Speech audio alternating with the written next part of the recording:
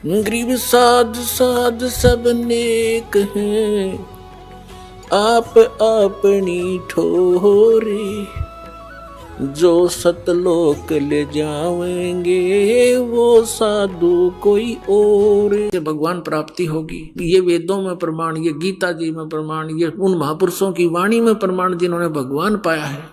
ये मंत्र है और इस मंत्र का अधिकारी इस पृथ्वी पर इस दास के अतिरिक्त कोई नहीं है।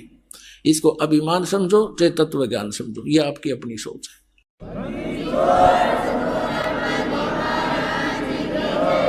क्योंकि जिस समय परमेश्वर आए थे स्वयं 120 वर्ष या रह करके कलयुग में, उनके 64 लाख शिष्य थे, उनने किसी को उत्तराधिकारी नहीं बनाया कि अन्य को भी कह दू तू नाम दे दिया करे। इस नाम का देना कोई बालकों का खेल नहीं। एक अनमोल जीवन, मनुष्य जीवन के साथ खिलवाड़ करना इनके जीवन को नष्ट करना मात्र है और अपने सिर पर भार धरना।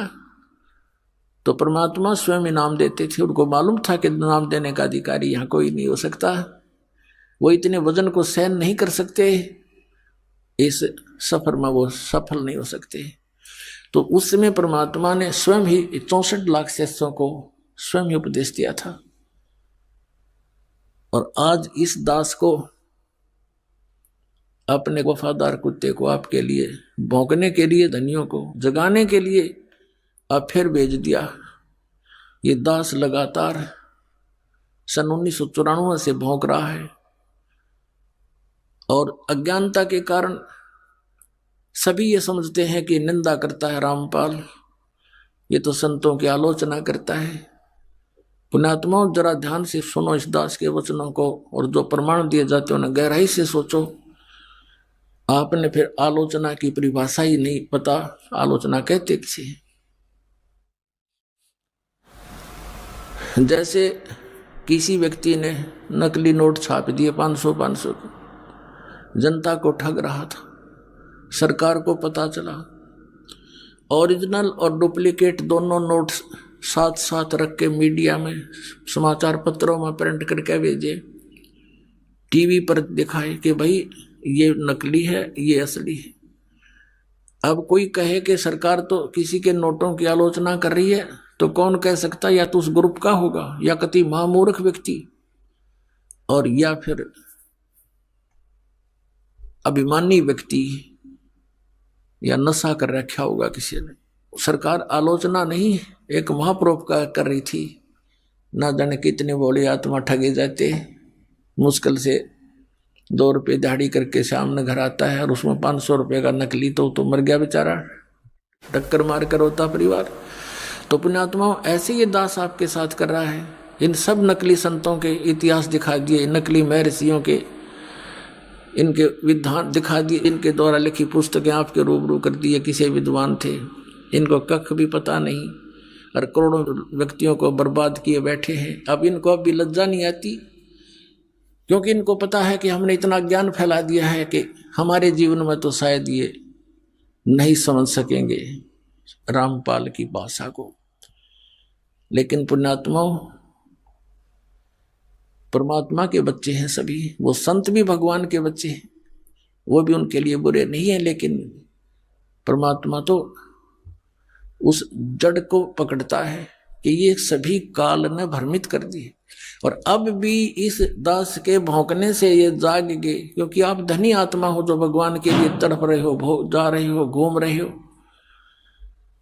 और आपको जगाने के लिए दास भेज दिया अपना कुत्ता, और अब भी आप नहीं जागोगे तो फिर आपने घनी भांग पी रखी है काल की। फिर सुबह उठोगे तो आपका बहुत नुकसान हुआ मिलेगा। उठोगे कब? जब आपकी मृत्यु हो जाएगी। फिर आपके चारों तरफ यम के दूत खड़े होंगे और आप देख रहे होगे, मेरा बेटा कहाँ, मेरी बेटी कहाँ, मेरा कार कहाँ, मेरी कोठी कहाँ। कहते हैं स्वप्ना सा जा टूट उठ के मूंड पकड़ रोए, तेरा ये स्वप्न सा टूटेगा। जैसे सपने में एक भगत कह रहा था, बोला जी मैं वैसे तो रिक्शा चलाता हूँ और कार की इच्छा रखता था, मेरे पास भी कार हो। एक दिन सर्दियों के दिन थे, गहरी नींद आ गई और मैंने सपने में जैसे मैं कार खरीद ली और बैठ के कार में और स्पीड तो चला रहा हूँ। आगे मैंने ब्रेक लाना चाहा, ब्रेक लगे नहीं तो गाड़ी टकरा गई, एकदम आँख खुली तो पैर देखा, रजाई पार कर गया, टूटी ही छोड़ थी रजाई, उसका मांग पार कर गया पैर मेरा, वो ब्रेक लग गया था, वह रजाई भी पाट गई। तो सुबह उठा तो देखा ना वो कार थी और वह रजाई और पाट ली लात मार मार के। तो कहने का भाव ये पुण्यात्माओं कि उस जब तुम्हारा यह शरीर छूटेगा तब तुम जागोगे, फिर तो उस रजाई में पाँव फंसा पाओगा आपका, चारों तरफ यम के दूत खड़े होंगे और फिर देखोगे कहाँ मेरी बेटी, कहाँ मेरा बेटा, कहाँ कार मेरी कोठी। और फिर देखो कितनी दुर्गति करता है आपकी। पहले तो तपस्या पर डाले जाओगे, एक स्थान ऐसा होता है वहां से अचानक यमदूतों के हाथों से भी वो जीव निकल जाता है, तपस्या पर डाला जाता है, वहां भून कर बुरा हाल करता है इसका, उससे गंध निकालता है सूक्ष्म शरीर से, फिर वापस भेज देता है। तब तक वो यम के दूत वही इंतजार करते हैं और वो सोचते हैं कि भगवान के पास गया है, वहां से वापस आएगा, और फिर वो पकड़ कर ले जाते हैं धर्मराज के पास। धर्मराज जैसा भी उसका विधान अनुसार बना देता है कि जा तू प्रेत बन। अब वो प्रेत बनाकर भेज दिया जाता है। पहले ये 13वीं क्यों मनाया करते थे और 17वीं क्यों मनाते थे कि 13 दिन तक इस जीव का ये नहीं पता यूं कहाँ रहता है, उनको पता ही नहीं था। अब 13वें दिन आवे सारे कोल्लू में गए, पीठ पड़ के तपस्या पर बन के धर्मराज के दरबार में लाइन लग जाती है, इसका नंबर आता तब इसको आगे योनि प्राप्त होती है। तो 13वें दिन फिर यू नीचे पटक दिया जाता है, फिर ये आता अपने घर, जहाँ आशा बादशाह हुई, कहते कि गधा बनेगा, किसी का पशु बन जाएगा उसी परिवार में, या कुत्ता बनकर उसी गली में सैर सपट्टे कर रहा होगा, या प्रेत बनकर फिर वहीं आता है घर पे। और ये घर पे आकर के क्या कहता, बेटा देख मैं आ गया हूं, बेटी मैं आ गया हूं। वो सूक्ष्म शरीर है, उसको बोलने के लिए स्पीकर चाहिए, एक स्थूल शरीर का, वो उसका खत्म हो गया। और वह धक्के खा रहा है, वहीं भटक रहा है, कोई उसकी सुन नहीं रहा। वो सोचता है देख कैसा परिवार है, मेरी एक बात नहीं मान रहा है। फिर काफी दिन के बाद उसको दूसरे भूत मिल रहे हैं, भगत तो भूत बन गया ही, अब को नहीं अपना ब्योते हैं। तो ये ऐसे भी दुखी करता है, हर तरह से परेशान किया जाता है। तो जो प्रसंग चल रहा है उसी पर आते। अब कहने का भाव यह है पुण्यात्माओं कि इस परमात्मा की सतभक्ति करने से आपने ना भूत बनना, ना 13वीं की जरूरत, ना 17वीं की आवश्यकता, ना फिर पिंड भरवाने। इन पिंड भरवाने के सारा लगे क्या फायदा मिलता है, नथिंग। परमात्मा कहते हैं भूत जुनी जहां छूट है, पिंड दान करंत गरीब दास जिंदा कहे नहीं मिले भगवंत। पिंड दान कर दिया, भूत की जुनी छूट गई, हर गधा बन गया, होगी मुक्ति तेरेगी। अरे इस साधना से, इस भक्ति से सारा ही झंझट मिटे। जय सतगुरु की संगत करते सकल कर्म कट जाई, अमरपुरी पर आसन होते जहां धूप ना छाई। अब प्रसंग चल रहा है कि पीछे लग गया जाऊं था मैं लोक वेद के साथ, रस्ते में सतगुरु मिले दीपक दे दिया हाथ। अब जैसे परमात्मा की आत्माएं परमात्मा के लिए भटक रही है, ढूंढ रही है, खोज रही है, तो परमेश्वर कहते मैं रोवत हूं सृष्टि को, ये सृष्टि रोवे मोहे। गरीबदास इस योग को समझ न सकता कोई। तो आदरणीय गरीबदास साहिब जी गांव छुड़ाने जिला झज्जर वाले, हरियाणा वाले, इनको परमात्मा मिले, आदरणीय नानक साहिब जी को मिले थे, आदरणीय गीसा साहिब जी को मिले थे, आदरणीय दादू साहिब जी को मिले थे। जैसा भगवान मिलता है अपनी अच्छी आत्माओं को, उसका विधान है, वेदों में वर्णित है। उस अनुसार वो परमात्मा गरीबदास साहिब जी को मिले थे, सचखंड सतलोक लेकर गए थे, फिर वापस छोड़ा था। परमात्मा से परिचित होकर के आदरणीय गरीबदास साहिब जी ने परमेश्वर की महिमा फिर अपने शब्दों में उनसे सुने ज्ञान को कैसे वर्णित किया था। उन्होंने क्या बताया कि ये प्यारी आत्माएं परमात्मा के लिए भटक रहे हैं। कोई कहीं, कोई किसी मंदिर मस्जिद गुरुद्वारे में या तीर्थों पर जाते हैं, वहां पर मेले भरते हैं, तो परमात्मा कहते हैं मेल ठेल जाइयो, मेले बड़ा मिलापे, पत्थर पानी पूजता कोई साधु संत मिल जाते। परमात्मा कहते इस परमात्मा की खोज न बंद ना करियो, इसमें हार मत मानना, लगे रहना, जाते रहना कहीं कहीं। जैसे तुम भटक रहे थे लेकिन लाभ तो कोई था नहीं। उसके लिए क्या बताते हैं कि धार्मिक मेले जहां होते हैं अवश्य जाते रहिए। और कहते हैं पत्थर पानी पूजते हैं कोई साधु संत मिल जाए। उन पत्थर पानी में धक्के खांडते भटकते रहने से हो सकता है भगवान दया करे कोई साधु संत मिल जाए।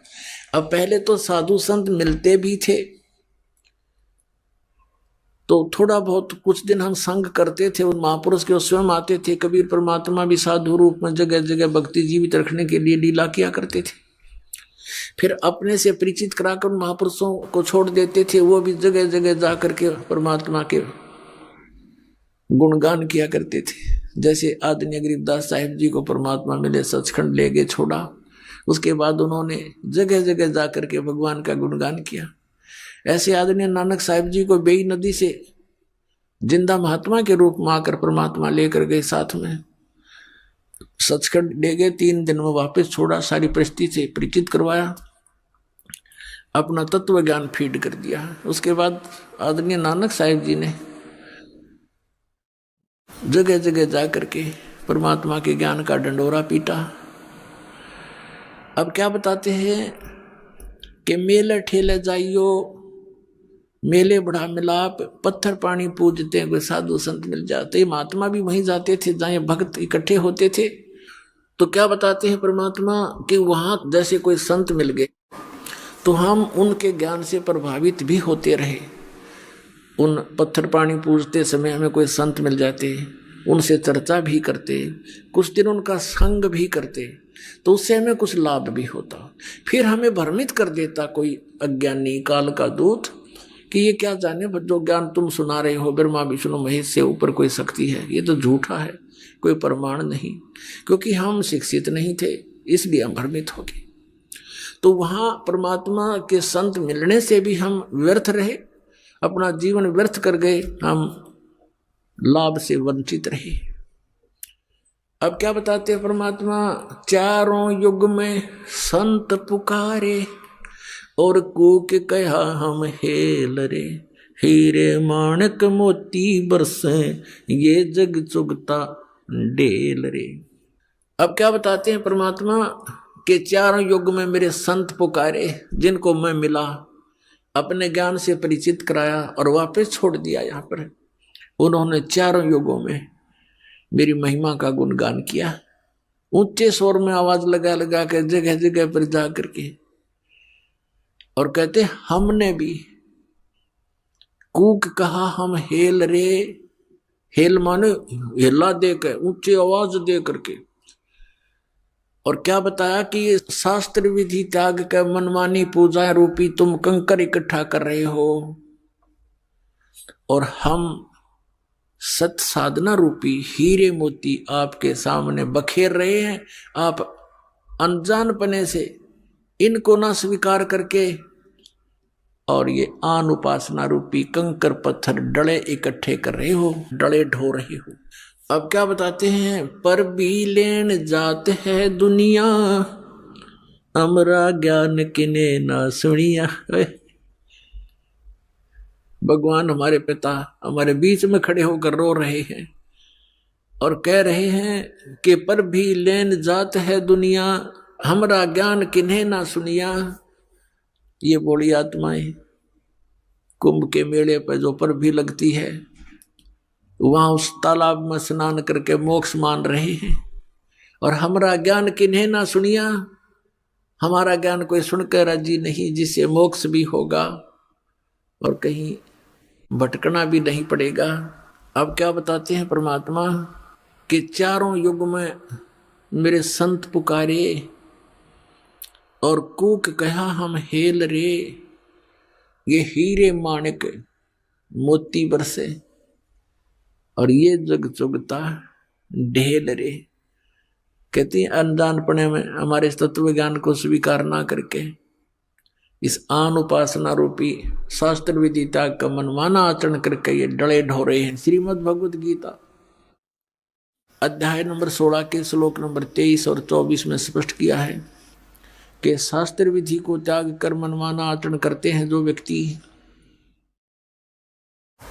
उनको न तो सुख होता है, न उनकी कोई परम गति होती है, और न ही उनको कोई सिद्धि प्राप्त होती है, अर्थात यूजलेस है। तो भक्ति तीन वस्तुओं को प्राप्त करने के लिए करते हैं, सुख हो, परम गति हो, हमें कुछ सिद्धि प्राप्त हो। सिद्धि के साथ ही हम सतलोक जा सकते हैं, लेकिन हम सिद्धि का दुरुपयोग यहाँ करने लग गए। ये साधु संत जो पहले जो महात्मा प्रसिद्ध हो गए, वो परमात्मा की भक्ति करके अपने टायर में हवा भर लेते थे और फिर अपने टायर से दूसरों में हवा भरने लग जाते। आप भी खाली और उनका काम चलना ना, उसको थोड़ी बहुत हवा आते। तो इस प्रकार वो सिद्धि दिखा दिखा कर उस सिद्धि को यही नाश कर जाते थे, अपनी भक्ति को। अब परमात्मा के इन मंत्रों में जो आपको दिए जाते हैं, इसमें कहते हैं 24 सिद्धि आ जाएंगे आपके अंदर, 24 सिद्धि। लेकिन इनका दुरुपयोग आपने कर लिया, आप यहाँ तो प्रभुता पा जाओगे, पर भगवान आपसे रुष्ट हो जाएगा, आप यहीं रह जाओगे। शब्द महल में सिद्ध 24, हंस बिछोड़े विश्व बीसा। हमारे इस शब्द में यानी मंत्र में जो हम साधना देते हैं, इसमें 24 सिद्धियां आ जाएंगी आपको, लेकिन ये आपको भगवान से दूर कर देंगी। प्रभुता की भूख आप में हो जाएगी। आपके वचन से किसी का थोड़ा बहुत काम ठीक हो जाएगा, कार्य सिद्ध हो जाएगा, आपकी पूजा शुरू हो जाएगी, और दोनों काल के जाल में अपनी ट्यूब से दूसरे में हवा भर के आप कितने सुखी कर सकते हो? नहीं कर सकते। तो इसी प्रकार उसको स्वयं ही विधि बताओ कि आप भी जाइए और वहां पंप लगा है, हवा भरवा लियो। मैं अपने टायर से भर के अपना भी काम बिगाड़ोगे और अगले का भी। आशीर्वाद देते हो, किसी के सिर पे हाथ रखते हो, 1 रुपये की कमाई करी, 12 अन्य खत्म कर दिए, तो खाखरा है तेरे पास। तो उनको भी कहो भगवान से जुड़ो, ये मंत्र लो, जाप करो, और स्वयं भी अपनी हवा भरवाओ भगवान से। यानी आप भी भक्ति की शक्ति प्राप्त करो। उस शक्ति से, भक्ति की शक्ति से, सिद्धि से हम सतलोक जा सकते हैं, नहीं तो हम कैसे जा सकते हैं? तो उस सिद्धि को, यानी भक्ति को हम यहाँ नाश कर देंगे तो फिर सतलोक नहीं जा सकते। इसलिए इसको सटोर रखना है। और यहाँ खर्चने के लिए आपको अलग से विधि दी जाती है, जो प्रथम मंत्र है। और इन प्रथम मंत्रों में भी कुछ ऐसा मिश्रण किया है, परमात्मा ने दया बख्शी है। ये कंप्लीट कोर्स है मोक्ष प्राप्ति का। तो इसमें से भी आपका भक्ति अंश डिपॉजिट होगा, वो खत्म नहीं होता। जैसे पहले ये 5 नाम दिए जाते थे, जो अब आपको 7 दिए जाते हैं। तो इन 7 नामों के जाप से यदि उपदेश लेकर भी कोई व्यक्ति मृत्यु को प्राप्त हो जाता है, सतनाम उसको प्राप्त नहीं हो पाता है, तो भी उस व्यक्ति को तुरंत मनुष्य जीवन मिलेगा। गारंटीड बात है।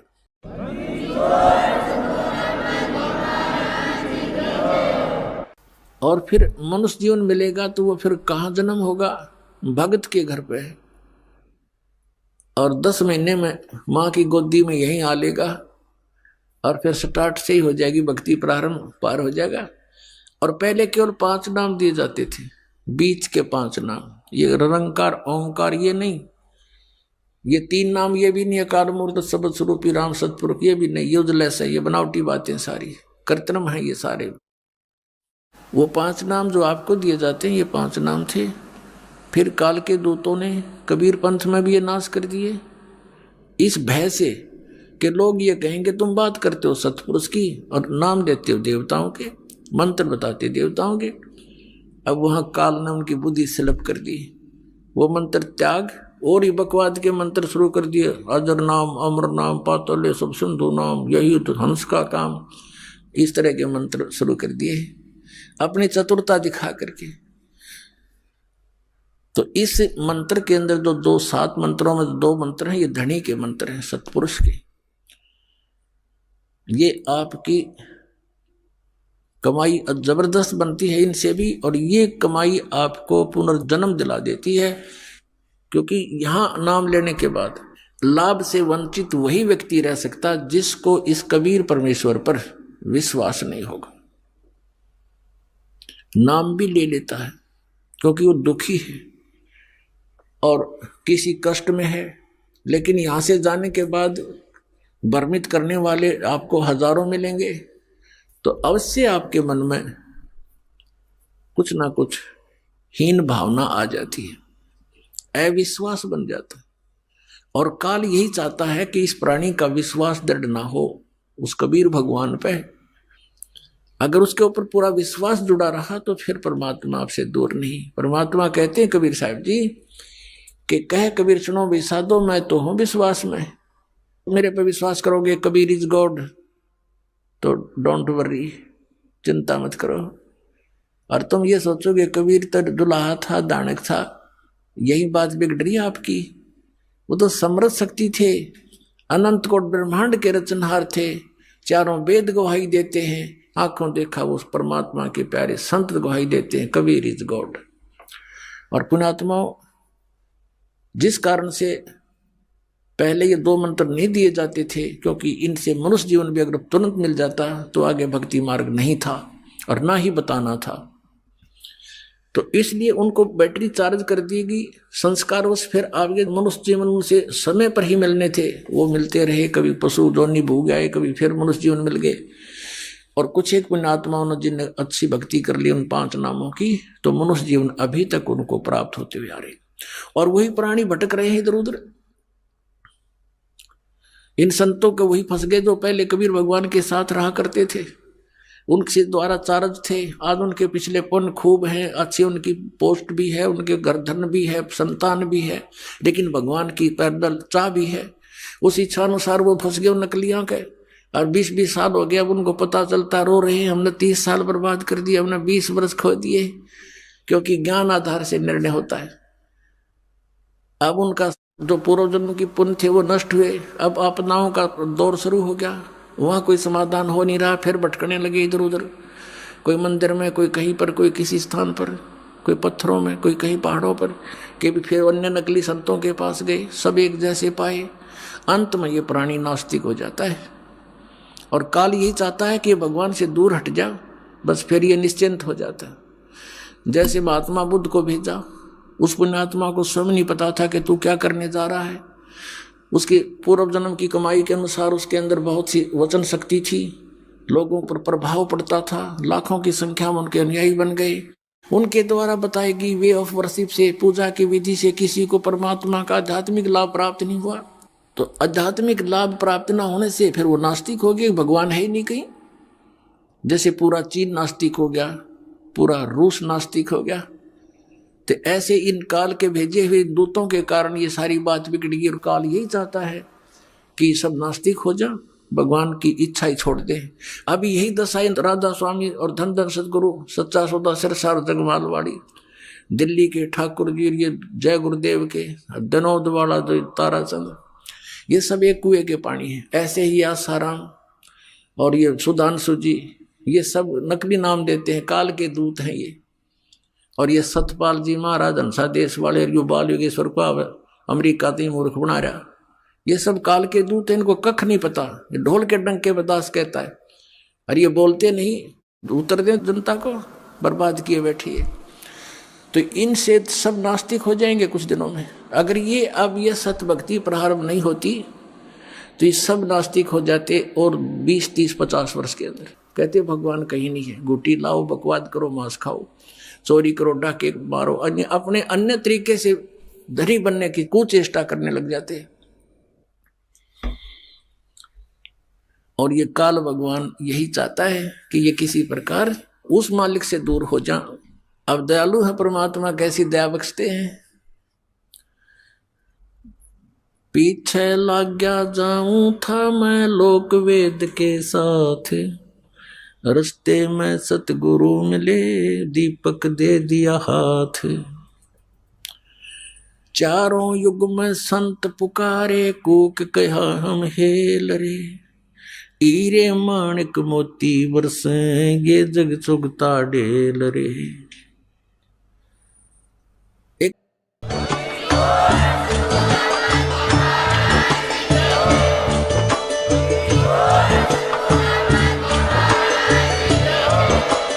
आप सुन रहे थे जगत गुरु तत्वदर्शी संत रामपाल जी महाराज जी के मंगल प्रवचन। अधिक जानकारी के लिए विजिट कीजिए हमारी वेबसाइट www.jagatgururampalji.org। संत रामपाल जी महाराज जी के शुभ आशीर्वाद से पूरे विश्व भर में 500 से भी ज्यादा नाम दीक्षा केंद्र हैं, जिन पर संत रामपाल जी महाराज जी द्वारा ऑनलाइन निशुल्क नाम दीक्षा दी जा रही है। अपने नजदीकी नाम दीक्षा केंद्र का पता करने के लिए संपर्क करें 8222880541।